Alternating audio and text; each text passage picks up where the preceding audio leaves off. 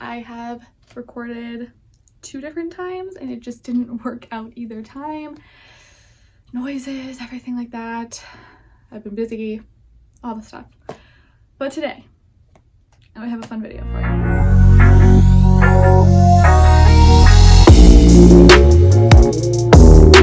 Hi everyone, my name is Jacqueline. Welcome back to my channel. If you have seen my videos before here about being a social worker, organization, that kind of thing, and if you are new, welcome. Feel free to subscribe. So if you have seen previous videos on my channel, I have a few based on my love for organization. I love organizing things, planning things, just making life more efficient. And this video is going to be one of those. I want to especially put out this video for those of you in school right now, whether that's high school or college, if you are here as a social work student, and even after, new graduates, that kind of thing, because I'm sure you may have some type of documents, notes that you have kept from school. If that is the case, I hope this video works for you, because this is going to be a video all about how I saved my notes from being in social work school. So for a while I had like an accordion file folder type of thing that I kept everything in, and I categorized them, but I kind of wanted like a better system, especially now that I am a social worker out in the field. So I wanted to save these notes because I wanted to reference back to them when I need them, right? So I figured the best way is to kind of make like a guide for myself, like a book of all the stuff I learned and some other resources along the way. So not only does this system work for notes you have in school, but resources you find along the way, even after, that you want to keep track of and save and make sure you can reference back to at any time. I am referring to my social work guide. So I made this, you can call it, whatever you want. It could be a book of resources, whatever. This is kind of just what I came up with. But I printed out just like a little pattern off the computer and words, and I bought this binder. I think it's maybe like 1.5 inch or something of that nature at Walmart. Really inexpensive, cute purple color. And I basically just put all my notes in it, and this is how I am organizing everything. So today I will be showing you how I exactly organize this social work guide of mine.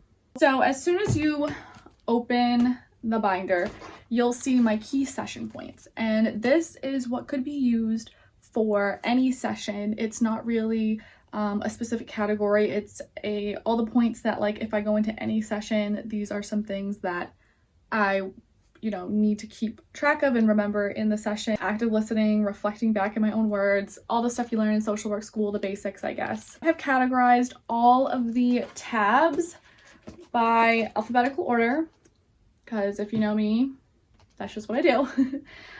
So I have things like anxiety and worry, children and families, clinical, communication and relationships, coping strategies. I'm sure there are plenty more categories and tabs that I could add to this, but this is just kind of what I did to make it easier for myself, and the most paper I have to put in a category of some sort. The tab that I think a lot of the more miscellaneous things are under are probably clinical. So clinical social work, more one-on-one direct hands-on work with clients. So I do put more miscellaneous clinical related social work papers in that tab. So a lot of the resources that I have found really stem from Therapist Aid. And if you are a social worker, specifically probably more clinical work, I really highly suggest looking at Therapist Aid. It is a great website with great resources. I have used so many of their worksheets, and they have so many other things on the website as well.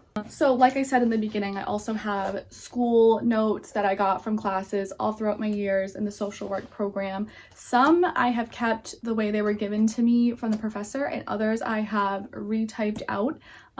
Say if they were given to me through a PowerPoint presentation slide on paper format, so the little like boxes of slides are kind of on the paper, I have rewritten those to make it more of a notes format. Also, I do have some of the notes from when I was studying for my LCSW exam. So I took notes from the book that I had, as well as what I found online to help me study, and I did type those out and put them in this binder as well. Lastly, what I keep in here is the NASW Code of Ethics, and if you are a social worker or a social work student, you probably know what this is. The National Association of Social Workers, we have a code of ethics, and it's a booklet of, you know, ethical standards, principles we follow, everything like that. One of the kind of tips I think I've given in a video before is that if you are looking to be a social worker, I think a good place to start, one of the good places to start, is to read the Code of Ethics and kind of see like what a social worker stands for and what our ethical obligations are. So we have everything from, you know, ethical responsibility to colleagues to, you know, confidentiality, ethical responsibilities in practice settings. Actually, this was like I think $5 online, but you can see it online for free and print out the papers for free. I think I had bought this back in my BSW program a few years ago, so I just wanted like the actual fancy, I guess, printed out version. But I do think some things have changed a little bit or have added a little bit more detail to things. So right now I don't think I necessarily have the upgraded version, I guess, if you will. So it might be better just to print out the papers if you really want it. But again, I bought this when I was in school. I didn't need to, I just did. And you can always just look it up online. I do keep that in the binder. I also keep on these little plastic flaps right here is certifications proving any continuing education units or professional development learning type of units I have as a school social worker. I do have to keep up with a school social work license in the state that I work in, and there are professional learning units that you have to continue on, just as well as having my license in clinical social work, maintaining those continuing education units as well. So I definitely highly recommend any proof you have of attending those things, or credits, credentials, users, anything, licenses even, you could keep right in here as well. So everything is just kind of like in the same area. It's easy for you to access. You know, all your social work related work things are in here. So yeah, that's another suggestion of something you could keep in your social work guide binder. Organize it the way that you find more efficient for you. This is going to be really helpful if you see clients or students or whoever and you're specifically looking for a certain intervention, or, you know, certain, like, you know, I want to address emotions with this client. Let me go to my emotions tab and see what kind of resources are helpful that I like.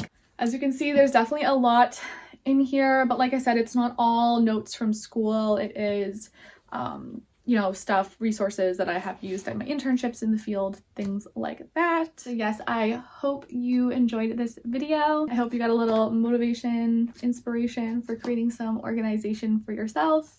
Anything that makes our lives more efficient, quick, easy, stress-free, that's what I'm about. So I highly recommend doing something like this for all your excess paperwork and notes and whatnot. Thank you so much for watching this video. I will see you next time. Bye.